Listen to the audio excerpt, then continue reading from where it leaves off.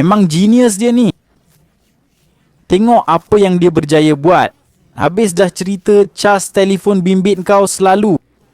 Dia jadikan bateri telefon daripada kurang sehari, sekarang lebih 3 hari. Nampak tak? Dan yang paling best, semua orang boleh buat.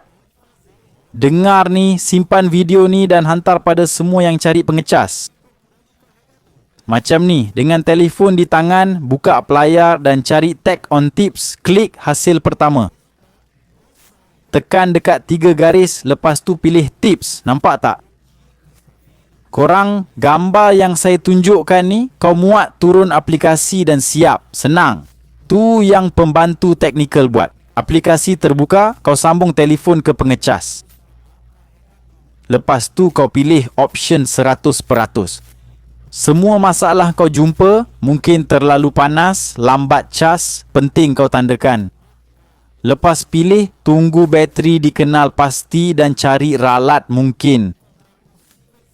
Kalau kau dah nampak dekat skrin kotak merah dan oren, masalah dengan bateri.